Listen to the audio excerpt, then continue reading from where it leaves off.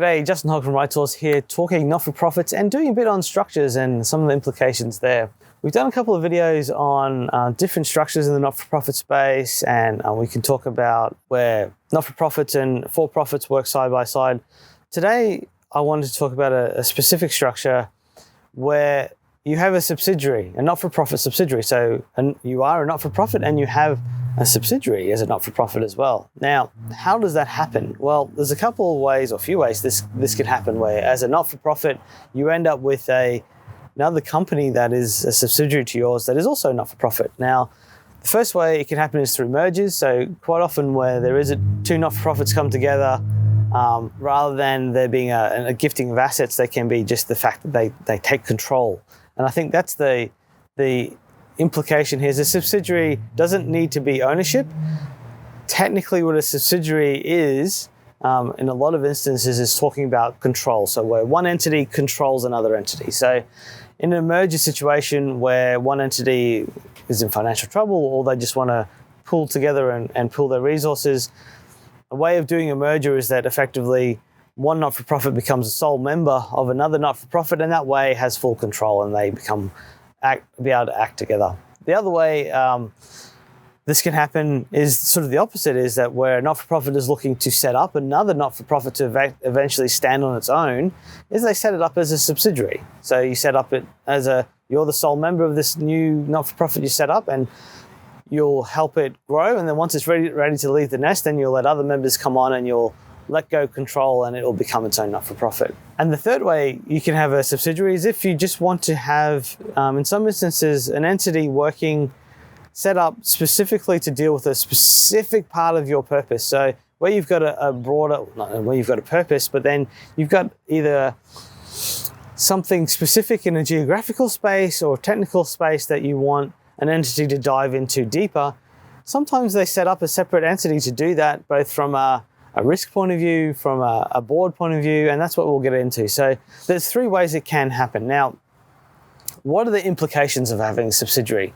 Well, one, you can have a subsidiary. That's the first thing. The next thing that I talk to and make sure people are aware of is when you have control of another entity, you need to report a consolidated set of financial statements, which means the combined results of both those entities. Now, that's normally not an issue as long as you're aware of it from the start. So that's one thing just to be aware from the start.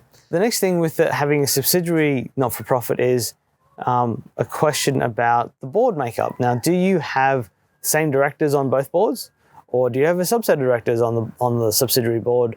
Or do you have completely different directors on the subsidiary board?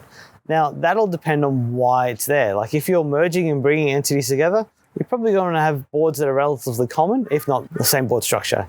If you're looking to set up a new not-for-profit, you might have a mix because you want, the existing knowledge coming from the current not-for-profit and the new directors who are going to take the fledgling not-for-profit away, coming in learning as well. If you're having a specialized subsidiary dealing with a specialized part of your not-for-profit's activities, you might want to have a completely different board that are focused on that speciality. So it depends, but it's something to think about. And again, when you're looking at skills-based boards, you want to make sure the board that's put in place for that subsidiary is effective in achieving the purpose that you set up that subsidiary for. Now, alongside of that is recognizing that the directors of the subsidiary have the same responsibility as the director of any other entity because they're the director of an entity. So they still need to make sure they are obliged to do their director obligations. Now, because of that, you may want to look at how the constitution is structured, and that is to incorporate aspects into the constitution of the subsidiary to give directors, I suppose, comfort that they're meeting their duties as directors. So where the controlling entity wants something done, you want something that enables it to be able to direct that board, and that the directors can take comfort that in the constitution, the parent entity can direct the subsidiary.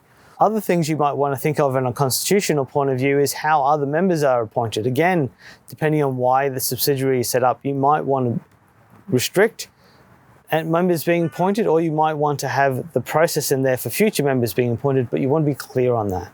Similarly, with the directors of the subsidiary, You want to know, is it just the parent entity that can appoint directors, or can casual appointments be made by the board itself? So again, having a look at these mechanisms that are normal in a not-for-profit by itself, but might want to be tweaked when you're looking at a subsidiary not-for-profit as part of your group.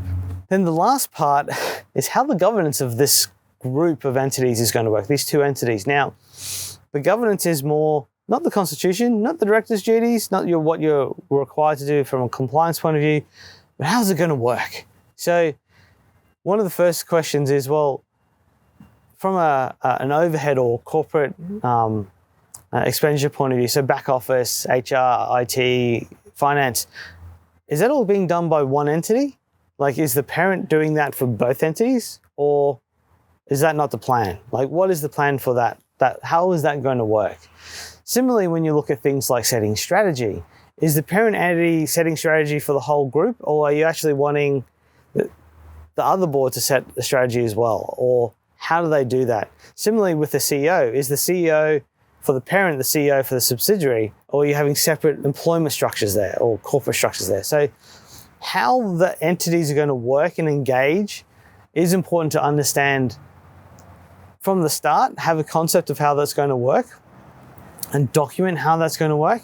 And obviously these things change. So as it evolves, as if you're merging an entity, the merger becomes tighter and things have sort of come together, there's probably less of a need. As if you're trying to, set up a new not-for-profit, as that new not-for-profit gains more independence, you are going to have to make changes on how the relationship works, because at some point they're going to be separate and standalone. So it's a really interesting topic, I find, having a subsidiary not-for-profit, and it definitely has applications where it works.